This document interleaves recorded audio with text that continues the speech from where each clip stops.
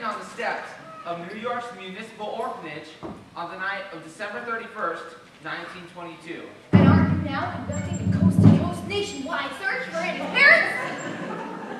Yes, Bert Healy, I am now conducting a coast-to-coast nationwide search for Annie. Drop page. Furthermore, I am offering a certified $50,000 check for any persons who can prove that they are Annie's parents. Wow! Wow! So Annie's parents, if you're listening in, write to all of our warbucks courtesy of this station, WBAF, New York, or directly to him at my home, Bert Healy. At my home! At my home at 987 Fifth Avenue, New York, New York. That's 987 Fifth Avenue, New York, New York. And I would also like to take this opportunity to thank the makers of all new Oxidant toothpaste with Miracle L64 to fight bad breath. And I just did a damn commercial. Grace, I have never... Thank you all for warbucks.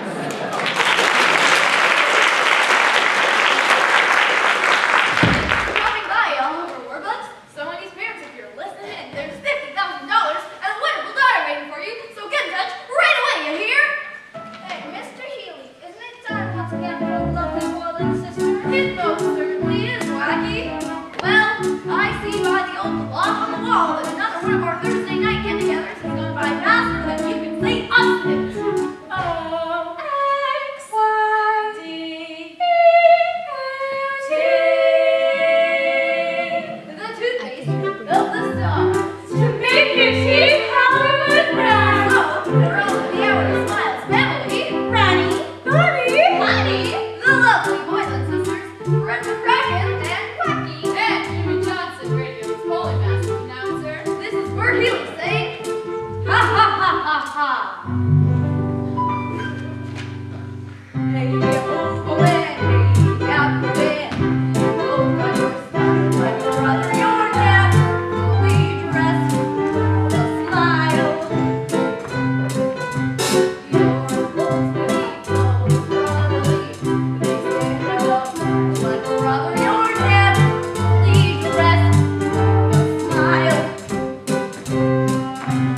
Here's what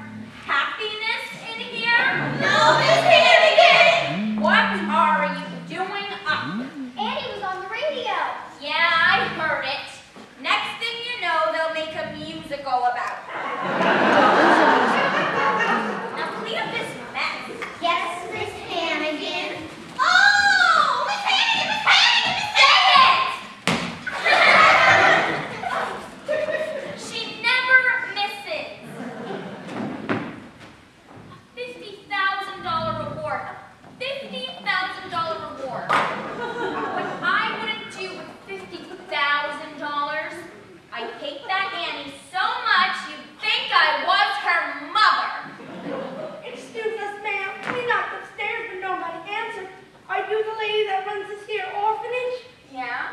Oh, Ralph, I'm scared something's gonna happen to her. Oh, hush, Shirley, it's gonna be all right. She's gonna be ours again. What do you want? Well, we had terrible troubles back then.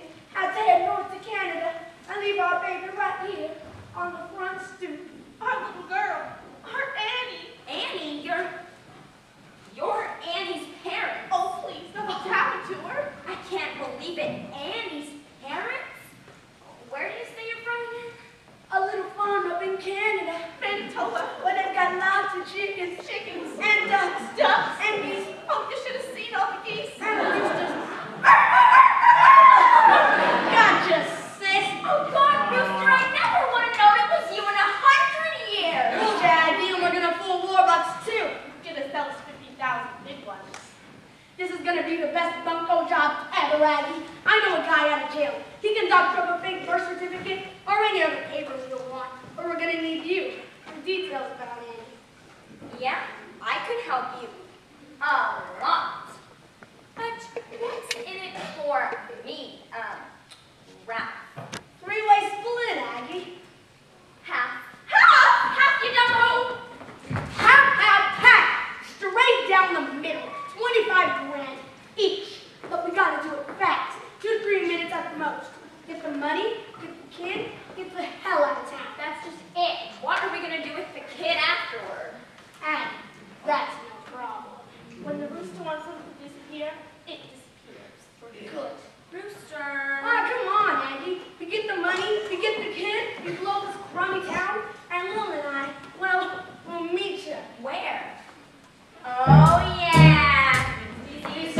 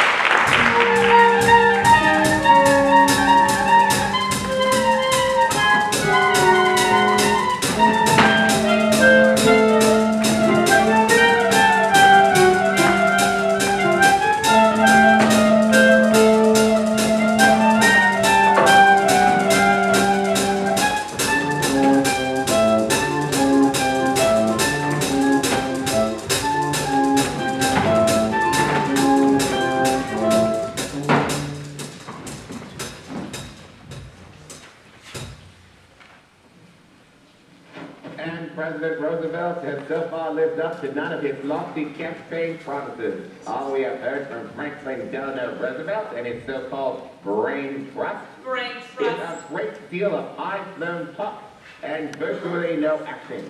In a nation racked by poverty, misery, and unemployment, it is deeds we want from the White House, not words. In short, Mr. President, if you are listening, we've had enough of your fireside chats. It is time to go on and move on and... Criticism, damn it! Nothing but criticism! Damn it! I know! It's awful. Did anyone see the Washington Post this morning? My friends, I say again, the only thing we have to fear is fear itself. Franklin, you've already been elected. Every cloud has a silver lining. You're never fully just as half. Oliver Warbucks and Fern Franklin.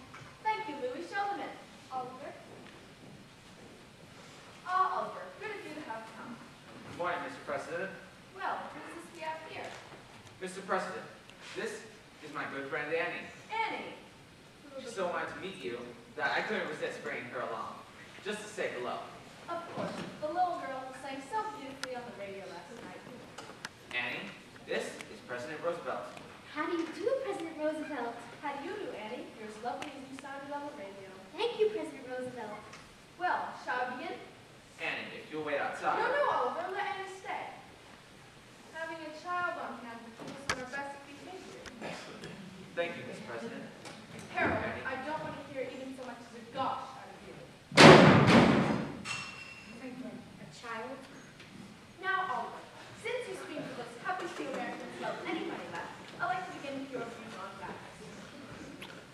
Mr. President, in the words of Calvin Coolidge, The business of this country is business.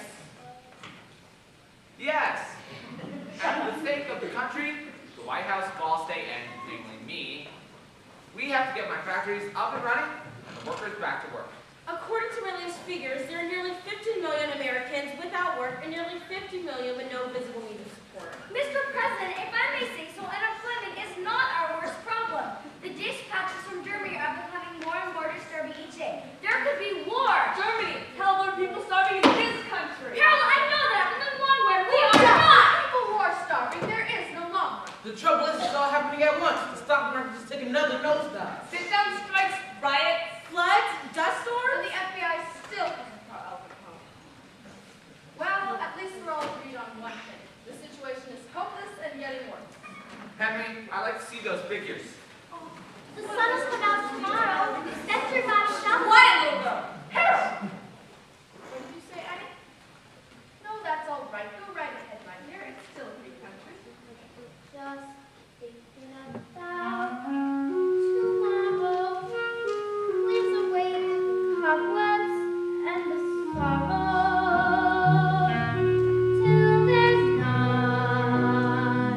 When I'm stuck with a day that's gray and lonely, I just think of my kid and grin and say, oh. The sun will come out tomorrow, so you gotta hang on till tomorrow. Come what may, tomorrow, tomorrow, I love ya. Tomorrow, you're always a day away. Stand up. What? You heard me. Stand up. Up, up. Now, Harold, sit. Sing. Yes, sit. Again. I decide that if my administration is going to do anything, it's going to be optimistic about the future of this country. Now, sing. But really, Franklin, you Sing. The sun will come out tomorrow. Louder, Harold. I'm gonna learn that tomorrow. Perkins, please. Just thinking about tomorrow. Clears away the cobwebs and the sorrow. Till there's none. So go to the present when I'm stuck with a day that's gray and lonely. I just stick to my chin and grin and say, everybody, it's new. The sun will come out tomorrow, so you gotta hang on till tomorrow.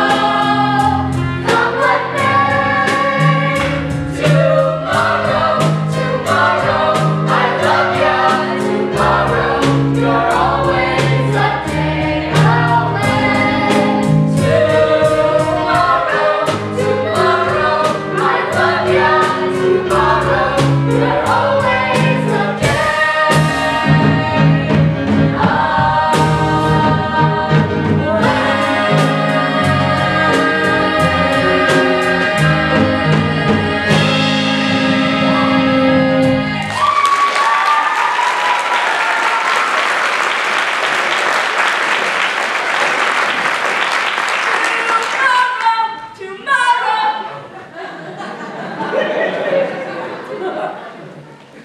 Mr. President, a telegram.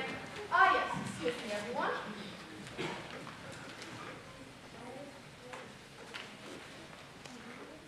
This isn't for me, it's for you, Oliver, from your secretary in New York. Hundreds of couples jamming street outside home, all planning to be Annie's parents. Oh, boy. Have begun to screen them, suggest the return to New York at once. Signed, Grace Farrell. Well, it looks like the Hour of Smiles has more listeners than we thought. Huh, Annie? She hundreds of couples. One of them is bound to be my mother and father. Well, Oliver, I suspect you better get back to New York immediately. Yes, if you don't mind, Mr. President. Annie? Bye, everybody. Bye. Goodbye, Mr. President, and thank you. No, thank you, Annie. What kind of person the president